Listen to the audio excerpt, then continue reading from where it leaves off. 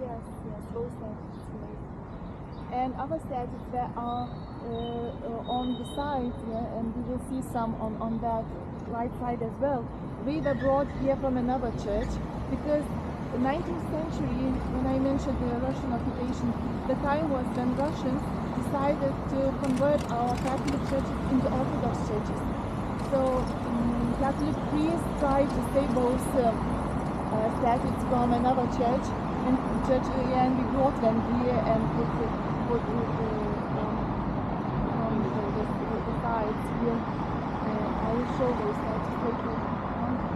And here, this tower, bell tower and clock tower, actually used to be the defensive tower and much smaller. That's why you can see different style here.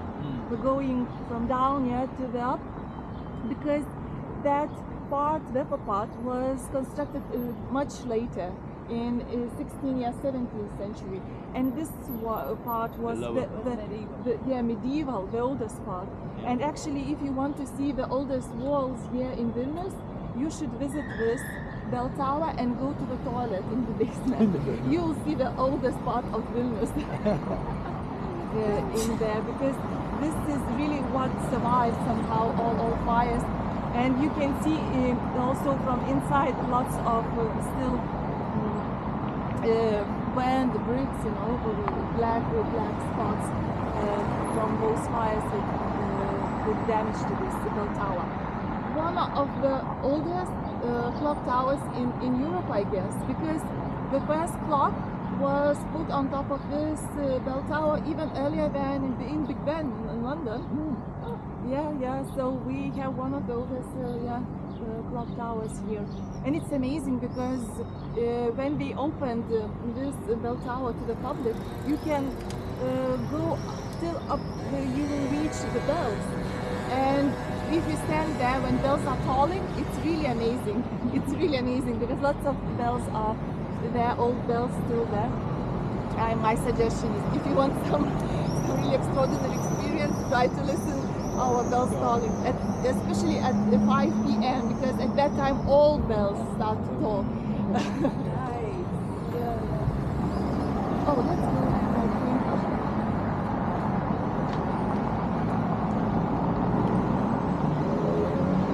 And actually, that way is not the old town anymore. This part of Vilnius was built in 19th century. The old town is right there to the south, so we will cross almost the whole old town going to the south today. And this was like already Russian government period, yeah? This area of Vilnius, the new town of Vilnius. And here, have you seen that in Riga and Tallinn? No. No, because Riga and Tallinn have the same flag. Do you know why we have the same flag in all three? No. I didn't see that. Yeah. Well, this is the symbol of the Baltic Way, of that 1989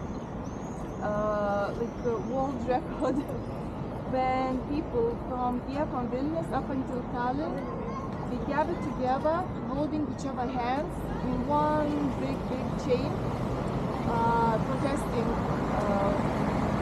because of the Soviet Union and saying that we want to be independent at last. We don't want to be part of the Soviet Union anymore. And so this chain is more than 600 kilometers long, about 690 or so. 2 million people are standing in that chain from here up until Tallinn. So that's why it's world record, yeah. Like the biggest human chain in the world, yeah.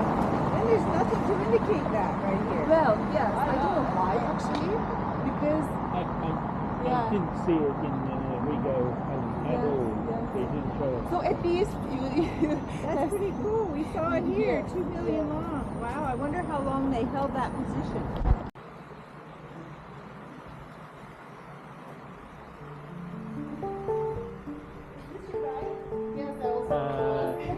No, funny enough, I had two trains before, but not that one. They're called Tiger. Oh, it says Tiger here. My son has a Triumph. Yes. Old Triumph. Yes, no, they're wonderful. I have tiger shoes. Are they as good as No, mine is a Ducati, an Italian one.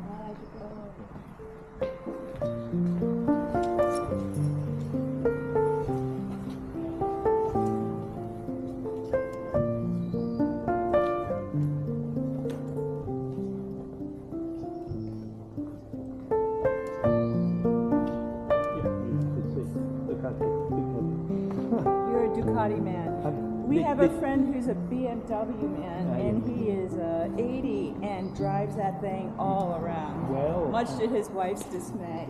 I was in the Ducati factory last year, and if you're a fan of Ducati, you're a Ducatista. Ducatista. And if you're a girl, then you're a Ducatina.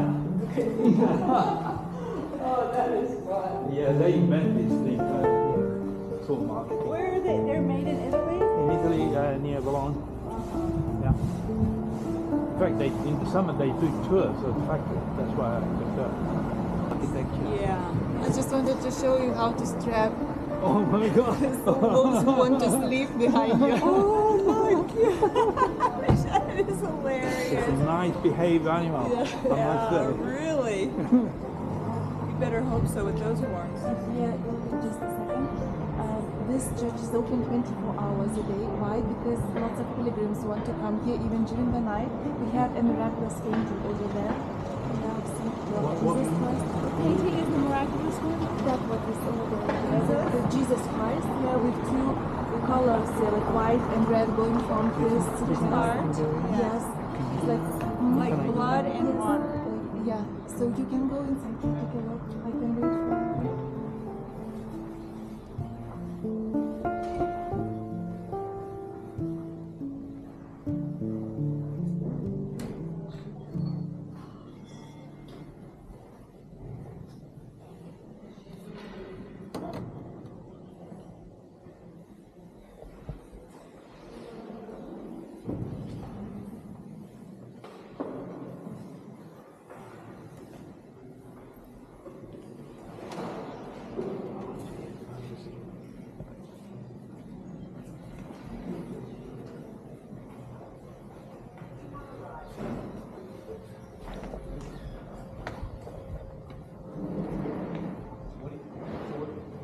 want to hear about that painting. Yeah, it's written. We have the original one, yeah, from 1934. You can find those paintings maybe a bit different from this in many countries nowadays, because the legend about this painting like is spread all around the world. So even in India, they have similar painting of we call officially Divine Mercy, yeah, the image of Divine Mercy. In South America as well, in many churches we have this painting, but of course copy is not the original one, and here is the original one. What happened? One of the nuns, now it's Saint Faustina, she had she had strange dreams. She was saying that I see Jesus Christ, like visions of Jesus Christ, telling to me that I need to kind of to paint his image, but she didn't know how to do that. She was not a skilled painter, and everybody thought that she is insane. You know, how come she can speak with Jesus Christ? Something crazy. Even doctors were sent to her to analyze, you know, Whether he was sane. To say, but they didn't find any diseases. They said like she's a conscious person, everything's fine. So then she found the priest who trusts her, and that priest offered her to find the painter and to ask him to kind of explain to him how Jesus looks like and what she's seeing, and he will paint. So she found that painter. He was not a famous painter, he a local guy. And he painted this image, but then Faustina said, Jesus Christ in this paint that doesn't look that like so as I see him. You know, it's not so nice. And then the last time she saw the Jesus Christ, she complained to him, sorry, that image that was painted, it doesn't look the same as I see you. And Jesus Christ told to her, the most important thing is not in the colors or the beauty of the painting, but in graces that I will give to people if they pray, yeah, and ask those graces from Jesus Christ. So that was the end of the story. So we kept that last version of the painting, yeah, and from that time, that legend about those visions and that this miraculous painting spread, yeah. What year was this? So 1934 was painted. And she was from here? Yes, Lithuania? Yes, from Vilnius. Yeah, she stayed here. She lived in Antakalnis suburb. There is still a wooden house where she stayed. We had that house still there. Yes.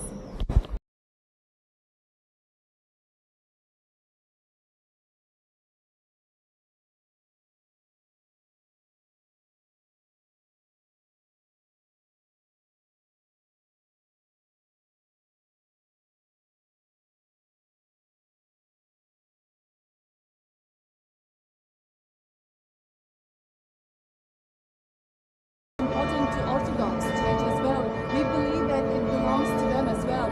And Russian Empire was really afraid of the community. If they will destroy this sacred area, like there might be something wrong done. We were afraid of the war.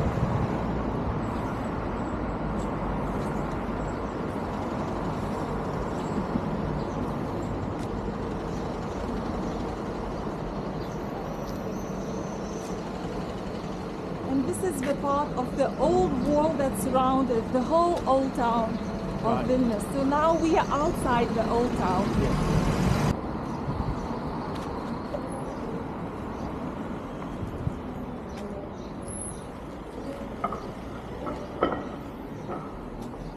This part is also very popular for movie shooting. I bet. Yeah, like somehow this building is really impressive in movies, and it's used as part. And here I will show you that wall. It surrounded Vilnius, and you can see it right here. Only one small part of it left. Now take a look. We started our tour right here in the territory of Lower Neanapa Castle. So we went like this, more or less, yeah, and we came right here. So this wall was built in 16th century, about 2.5 kilometers long, and surrounded the whole town, old town. It was really small city. And there were at first 5 gates to main roads, yeah, for doing business. And then 5 gates more were added, like this, totally 10 gates right here in this wall. Yeah, and of course this gate served as like a defensive wall, yeah, to protect from enemies. A At typical that time, medieval yes, citadel. because we have lots of wars with Tatars. And You're that's flaming yeah. arrows from them. Yes, yeah, you are right. Right. Interesting and funny story is that local residents who lived in the city had an obligation to build part of the wall next to the land plot where they lived and had the ownership. And they really needed lots of stones and bricks, so what to do? So the order was changed. If you come to the city with your goods, at first you needed to pay money, but during that time when this wall was constructed, you could bring, instead of money, some stones, and you would be allowed to enter the city paying by stones. Stones were really expensive at that time.